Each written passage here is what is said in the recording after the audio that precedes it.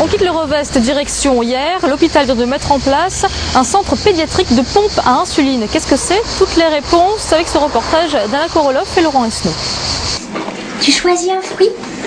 Tu veux la banane? Est-ce qu'il y a du sucre dans la banane? Ces enfants sont diabétiques. Ils apprennent en s'amusant comment déjouer leur hypoglycémie.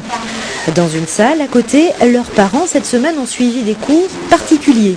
Ils ont appris le fonctionnement d'une pompe à insuline.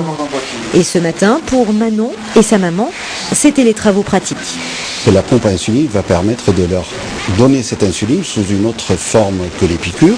Donc c'est une administration continue de l'insuline, 24 heures sur 24 par des petites doses. Ça va donner une qualité de vie très importante aux enfants et aux familles.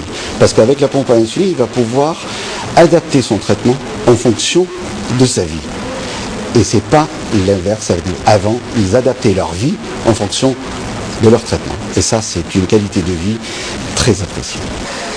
Pas de stress, mais de la méthode. La manœuvre exécutée pour la première fois prend moins d'un quart d'heure.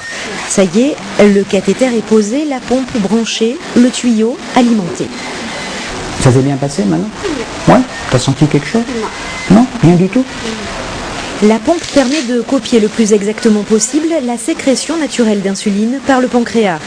Grâce à elle, la fréquence des piqûres passe de 5 par jour à 1 tous les 3 jours. Avec la pompe s'envolent bon nombre d'inquiétudes comme les hypoglycémies nocturnes. Quand elle était très haute, en hyperglycémie, c'était plus difficile à contrôler. Là, je pense qu'on aura un meilleur contrôle dessus, donc on pourra de suite rectifier les hyperglycémies ainsi que les hypoglycémies. Donc je pense que puis Manon est grande, donc elle se gère bien.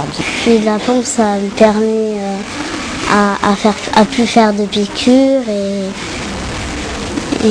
voilà, et puis c'est un peu mieux. Manon reste diabétique, mais les contraintes d'horaire pour les repas, c'est fini. Mieux, les activités sportives tant redoutées sont désormais possibles. Pour Manon, ce sera la danse.